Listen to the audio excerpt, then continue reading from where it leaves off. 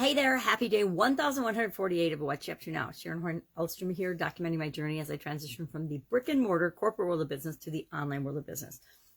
And it's been several years in the making. Spent about 47 years running my own businesses and in corporate America before deciding a couple of years ago that I wanted to tip my toe in the water and figure out, not really tip my toe in the water, jump in with both feet or dive right in to figure out what this online internet world was all about.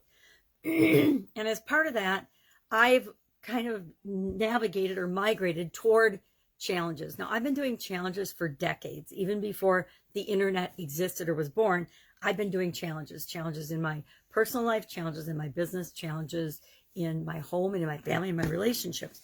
So it's interesting to watch all of the things that go on online. Excuse me, I have a definite frog in my throat.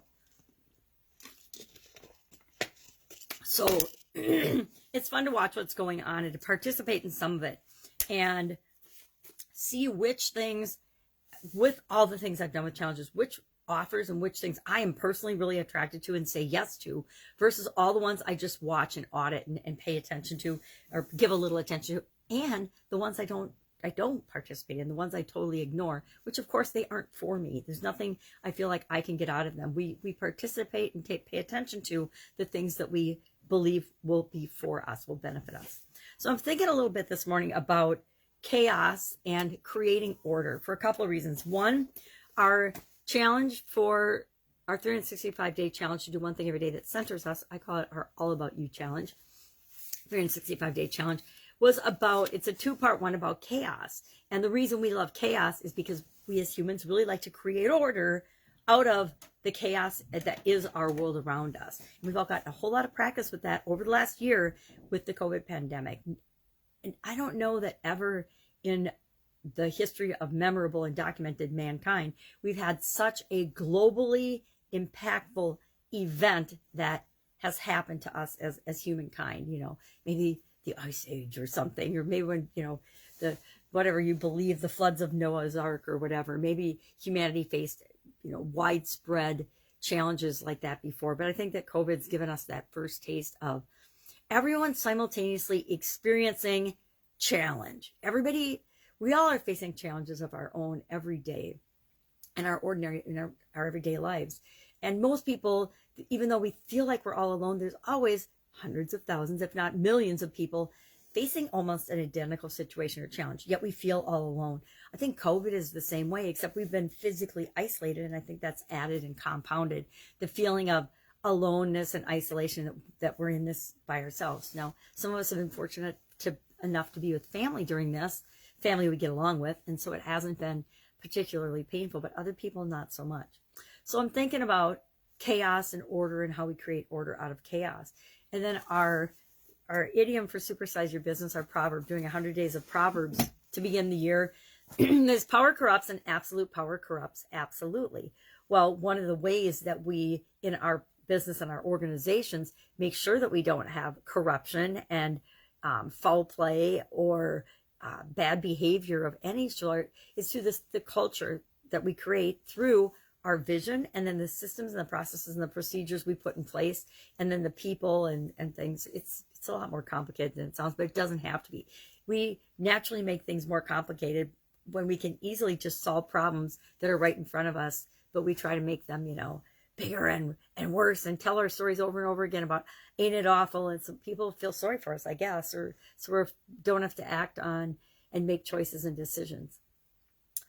But this is actually, it's an idiom that I've had personal experience with. And I think probably most of us had in some area or aspect of our life where somebody has been in a position where they've abused their power.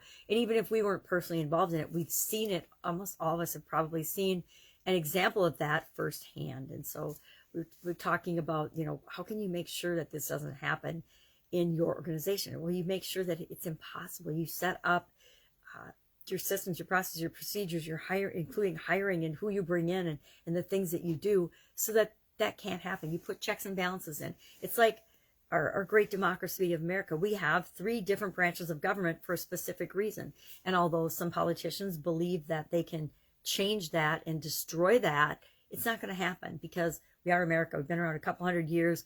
You know, there have been coups and people that wanted to have unleashed and unprecedented power before, and they end up always destroying themselves, as will happen with the current nonsense that's going on here. It just will play itself out. Is it painful while it's playing itself out? Yeah, it certainly is. But that doesn't mean we have to be a part of that pain or participate in that. We can continue to live our lives in the direction we want and create our lives in the direction we want them to go, despite all the nonsense that's going around in Washington or Hollywood or in your state capital or in different towns or things or different, events that people are trying to rile other people up about. All we have to do is think for ourselves. Remember to keep moving toward what it is that we want. And most of us don't want chaos and unrest and unhappiness and people not trusting one another. The vast majority of people, at least in this country, in my experience, are incredibly amazing human beings. And all the nonsense and noise that's being created by the media, the politicians, the social media, and by people that want to control everyone else, it's appalling. It doesn't have to be overwhelming, because all we have to do is use our personal power and turn it off. Turn off the devices, turn off the TV, turn off the messages and the things that make us feel bad. If you feel bad when you're watching the news, guess what? You shouldn't be watching the news, because it's not for you. If you feel bad reading different stories or articles or investigating different things online, those things aren't for you.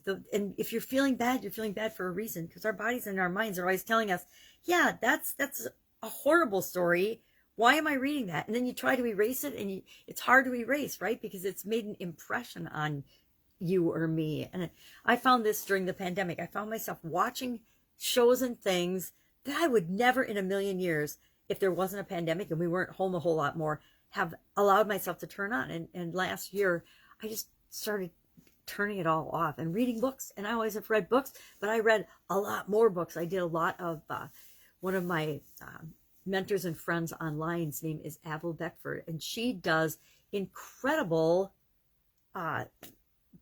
she shows people how to learn and get the most out of reading, how to read more books than you could ever imagine that you've read, by, number one, redefining what reading is. Reading, when we grow up and we go to school, I love this little project manager. We read books from cover to cover, and we think we have to read every word. Why? Because that's what we learned in school. You start on page 1 and you read to the end of the book and you answer questions along the way. That's what we've been trained to do. But we're grown-ups now. We can retrain ourselves any way we want.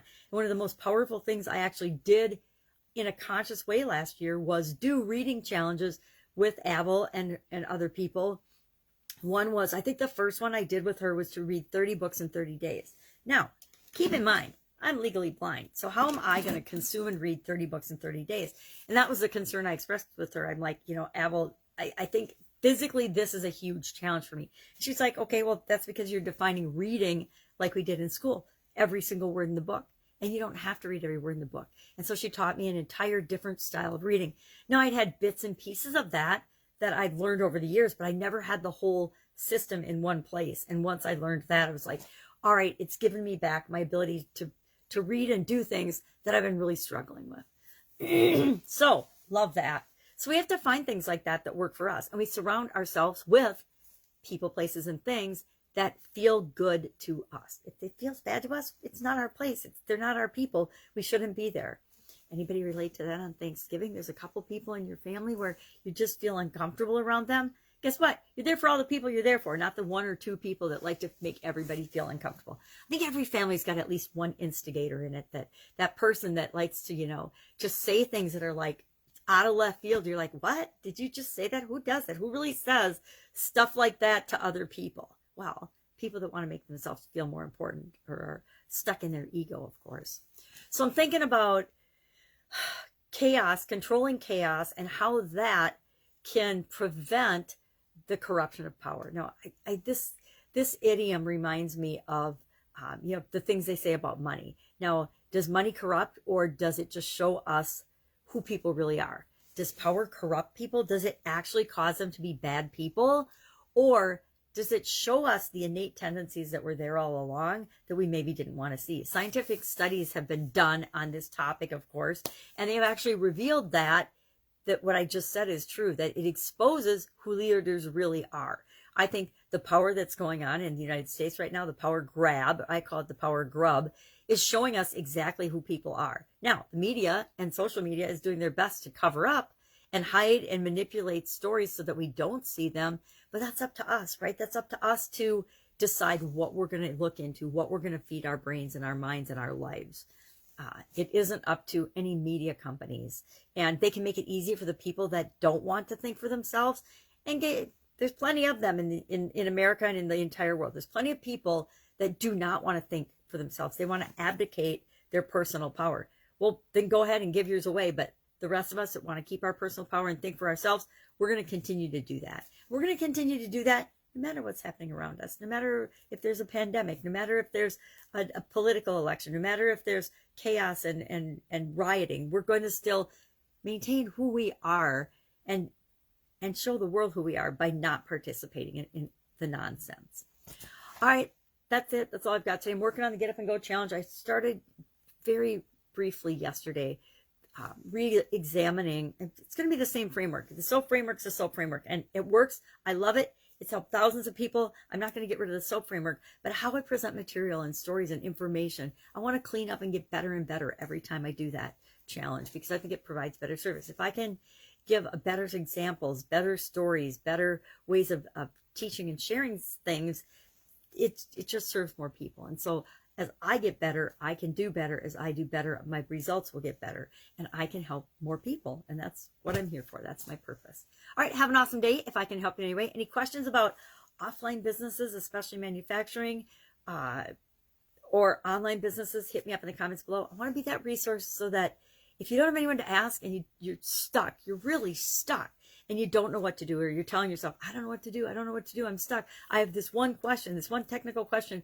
I don't know what to do next. I will help you figure out what to do next, whether it's contact a different resource or person, because I'm probably not the person, because I don't know everything Devin knows, but I do know and have access to a lot of information, a lot of people, a lot of resources, which makes it possible that we don't have to sit and struggle with our problems. We don't have to sit with our problems for 2 weeks before the light bulb moment goes off and we get the answer. We can ask, and as soon as we ask, magically the answer appears. All right, have an awesome day. I'll be with you tomorrow.